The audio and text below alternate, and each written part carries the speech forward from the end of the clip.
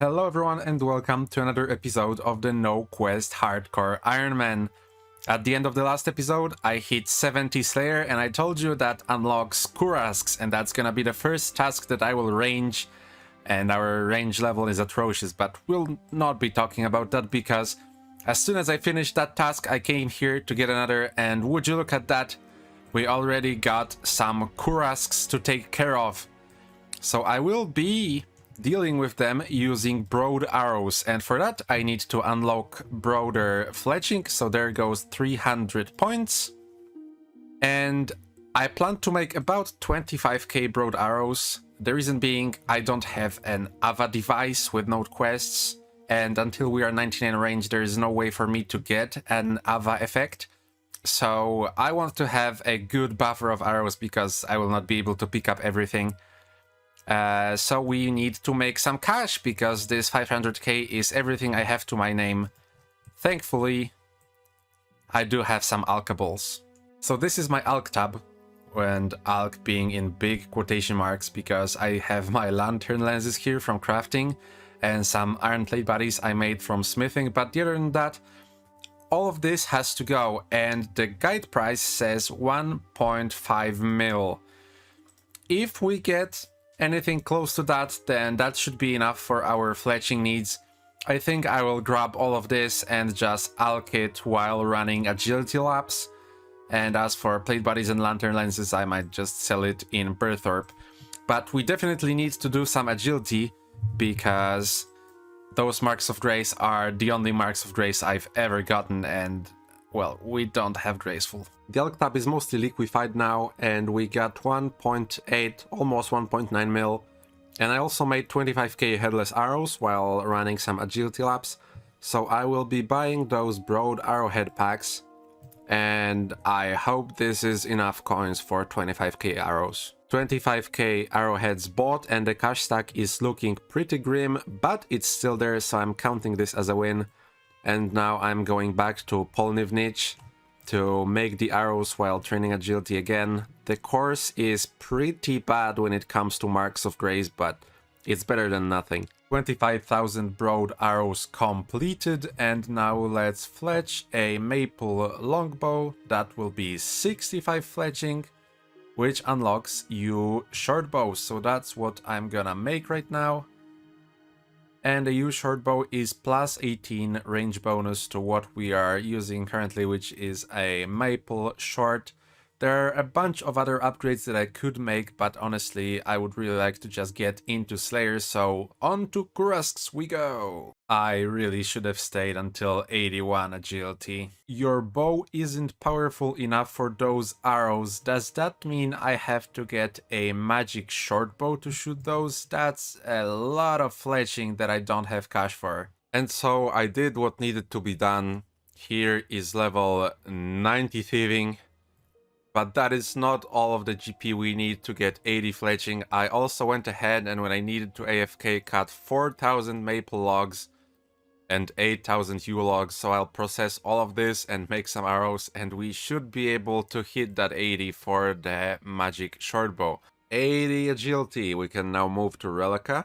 And here is level 81, which is the final shortcut in the Relica Slayer dungeon, so that will save me a lot of time because, as you can probably imagine, I will spend most of my Slayer tasks there. Maybe not most, but a decent amount. And that additional agility grind gave me enough marks to purchase the entire graceful set. It's the dirty snow color, but it will feel really great when we have to run around a lot. But, as you might have seen, I still have 40,000 broad arrows to make, and I don't really want to train any more agility.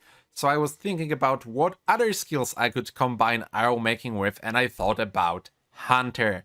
Now Hunter, what a fantastic skill. I don't think we talked about Hunter on this account yet, so let me tell you all about it. Hunter is one of my favorite skills in the game, mostly because it helps out with other skills. It synergizes really well.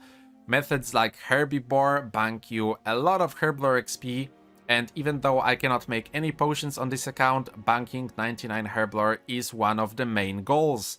It would also pair really well with making arrows. But if not herbivore, then we could do chinchompas. They bank you a lot of ranged XP, and they're a method of hitting AoE damage, which would be useful since we cannot access ancients. And if you want to get really sweaty, they're also an extremely enjoyable method. And there are also birdhouse runs that would pair pretty well with making arrows. They are very low effort and they bank you a ton of farming XP in the form of tree seeds. And one thing all of these three methods have in common is that I cannot do them without questing at least a little bit. And since that's not something we do on this account, I have to settle for other methods. So welcome to the jungle. This is the Feldip Hunter area. And I will be catching birds here, which will probably take a lot of time, but that gives me a bunch of time to make arrows in between.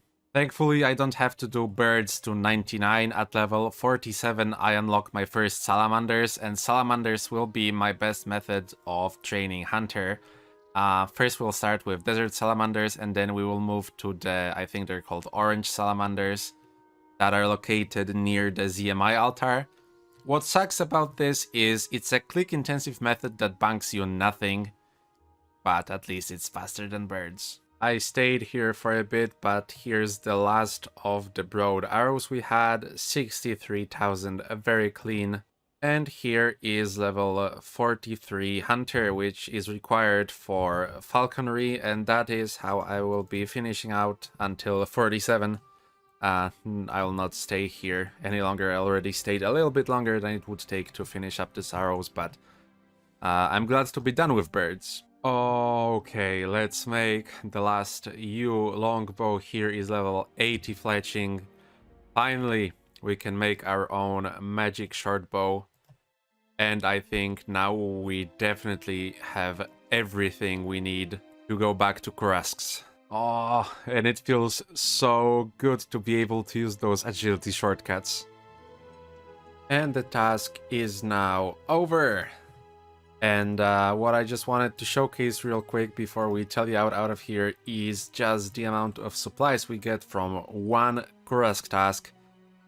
Definitely, as I said before, one of the best tasks we can ever get. All of those noted flags, all of those big bones, they all have a use for me, as well as obviously the seeds and very, very good GP. In the last episode I got 10 sinister keys to supply some torstals for slayer training and other skilling, and they already ran out. So I just camped a little bit more of Salarine and got 10 more sinister keys. Hopefully they last for a little while longer. And also, while training Fletching, I was able to make this U-shield. Nice nifty thing for magic usage, because it gives no negative magic bonuses and a little bit of defensive bonus. And after that I went and trained some Slayer, but I realized quickly that with such a low range level our hits are pretty bad, and I would probably do a lot of good just spending a bit of time training ranged. And here we go, here's level 70, here camped at those temple spiders. Got some grubby keys, but we'll talk about it some other time. Together with 70 range, here's 1,600 total level. So that is very nice and very clean. And I think that's a good point to wrap up this video. Our adventure from just training Slayer turned to, well, a lot of different other activities, but I guess that's the Iron Man life. So thank you everyone for watching. Hopefully you enjoyed. Hopefully you had a fantastic day, and I hope to see you in the next one. Goodbye.